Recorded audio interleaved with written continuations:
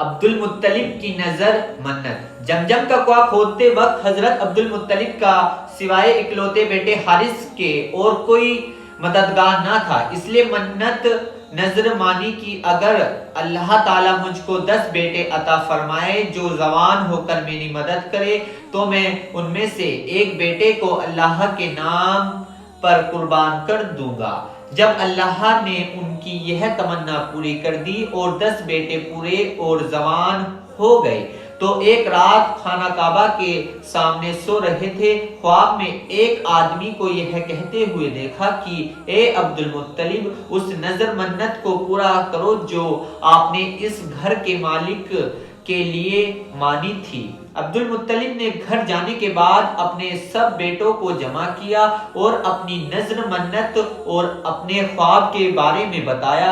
سب لڑکوں نے ایک زبان ہو کر یہ جواب دیا کہ آپ اپنی نظر پوری کریں اور ہم میں سے جس کو چاہے قربان کر دے، ہم تیار ہیں۔ حضرت عبد المطلب نے سب بیٹوں کے نام پر قرعہ پاسا ڈالا جو حضرت عبداللہ کے نام پر نکلا۔ حضرت عبداللہ عبد المطلب کو سب سے زیادہ پیارے تھے۔ حضرت عبداللہ کا ہاتھ پکڑ کر قربانی کے لیے لے کر چلے تو بہنیں رونے لگی اور ایک بہن نے یہ کہا کہ اے باپ، آپ عبداللہ اور 10 اونٹوں میں قرعہ ڈالے، اگر قرعہ اونٹوں کے نام پر نکل آئے تو عبداللہ کے بدلے اونٹوں کو قربان کر دے۔ اس سمے اگر کوئی کسی کو قتل کر دیتا تھا تو اس انسان کے بدلے 10 اونٹ خون بہا کے طور پر لیے جاتے تھے، یعنی 10 اونٹ ایک آدمی کا خون بہا اور دیت جرمانہ ہوتا تھا۔ قرعہ پاسا جو ڈالا گیا تو حضرت عبداللہ ہی کے نام پر نکلا۔ عبد المطلب 10 اونٹ بڑھاتے گئے یہاں تک کہ 100 اونٹ اور حضرت عبداللہ کے نام قرعہ ڈالا گیا، تب اونٹوں کے نام قرعہ نکلا۔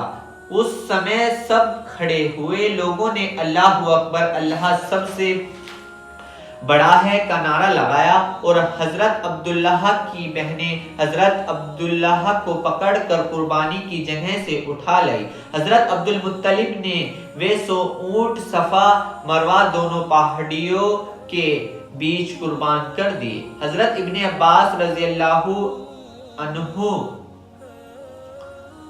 فرماتے ہیں کہ اس واقعے سے پہلے ایک آدمی کا خون بہا دیت جرمانہ 10 اونٹ تھی۔ سب سے پہلے حضرت عبد المطلب نے قریش اور تمام عرب دیش میں یہ قانون جاری کیا کہ ایک آدمی کا خون بہا دیت جرمانہ 100 اونٹ ہو گئی۔ تب 100 اونٹ ایک آدمی کے قتل کا بدلہ ہو گیا اور حضور پاک حضرت محمد صلی اللہ علیہ وسلم نے بھی اسی کو برقرار رکھا۔ حضرت عبد المطلب عرب کے لوگوں سے اعلیٰ عادت، اچھے اخلاق اور سوجھ بوجھ رکھنے والے تھے۔